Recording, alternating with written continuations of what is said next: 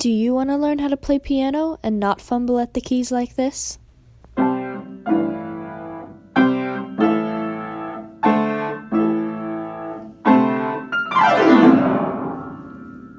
Well, have no fear.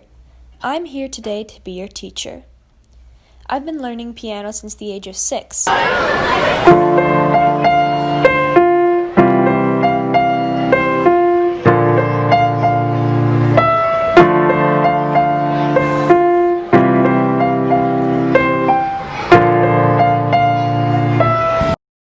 However, I fell out of touch with it due to an unmotivated teacher. Since the 8th grade, though, I've been avidly studying piano.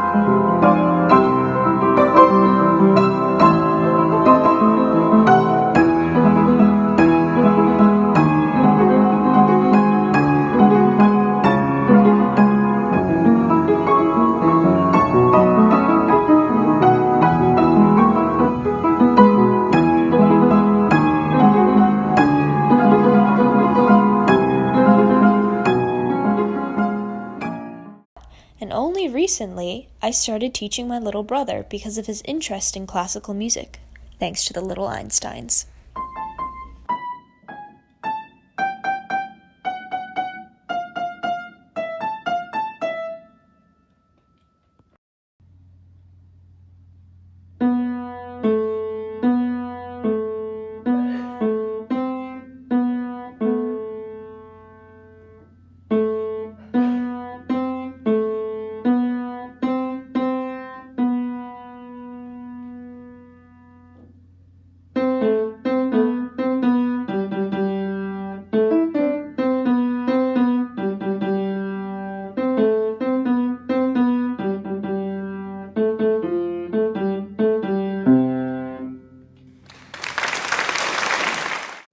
For the purposes of this video, since I already know how to play piano, I decided to bully my other younger brother into submission to teach him. Here's what you need to start playing piano. A piano, a bench, and, as my brother so eloquently put it, to play piano, you must have 2 working hands. Now, let's get started. First, we must learn about hand position.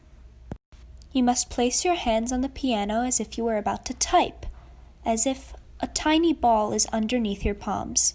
Now, the thumb of your right hand should rest on middle C.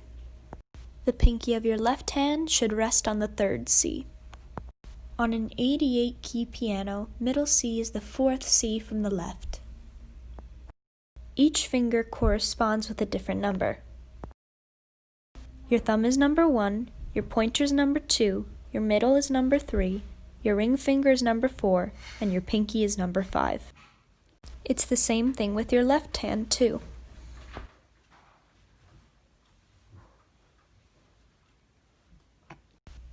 Now we must learn the names of the white and black keys and which order they go in. The piano keys basically go in one big pattern, ranging from C to B, and then starting back at C again. The keys missing here are A and B. Here's the order when you play. C, D, E, F, G, A, B, C.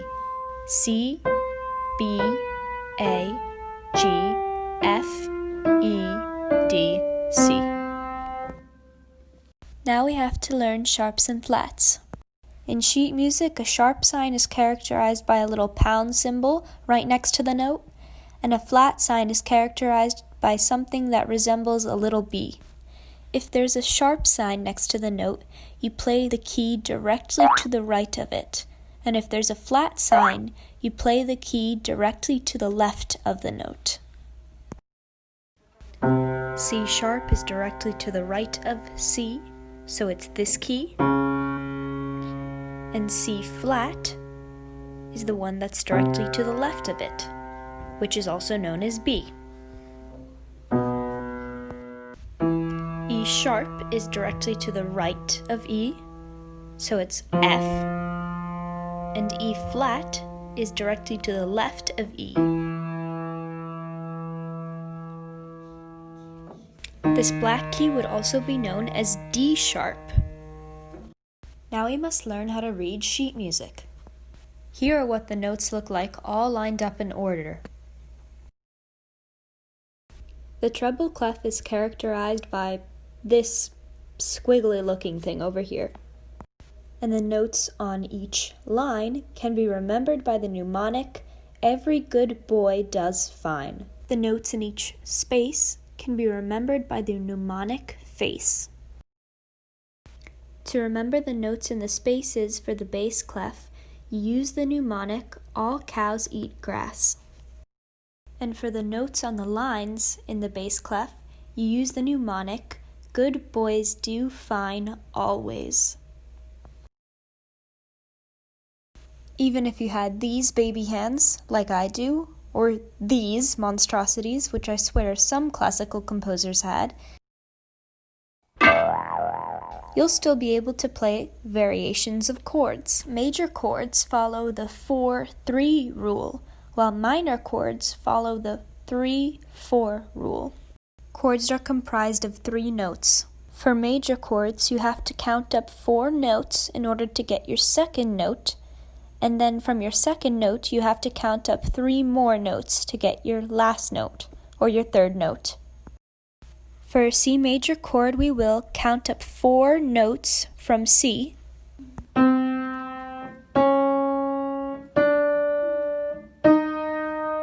E is our second note of the chord. Then we must count up 3 more notes from E to get our third note, or our final note of the chord.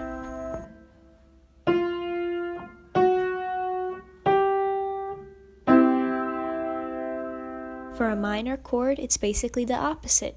You go up 3 half steps from your first note to get your second note of the chord. Then you go up 4 half steps from your second note of the chord to get your third note of the chord.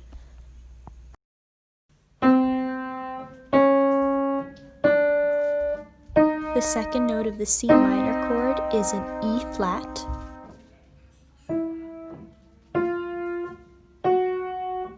And the third note is a G. The last step is learning rhythm.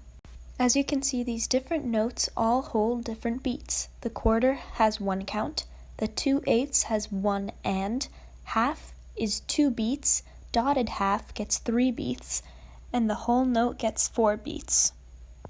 The time signature basically tells us how to play the song. The top number tells us how many beats are in each measure, and the bottom number tells us which note will represent 1 beat. Don't worry if you don't get it at first. It's a lot to unpack, but pretty soon you'll be tickling the ivories without any problem at all. 1, 2, 3, 4. 1, 2, 3, 4. 1, 2, 3, 4. 1, 2, and 3, 4. 1, 2, 3, 4. 1, 2, 3, 4. 1, 2, 3, 4.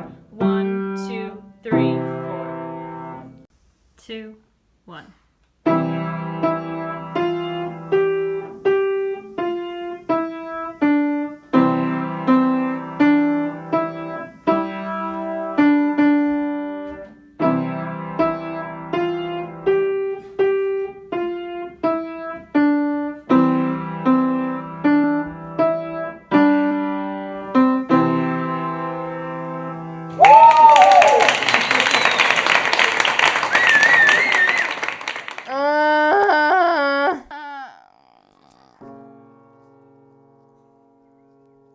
I give up.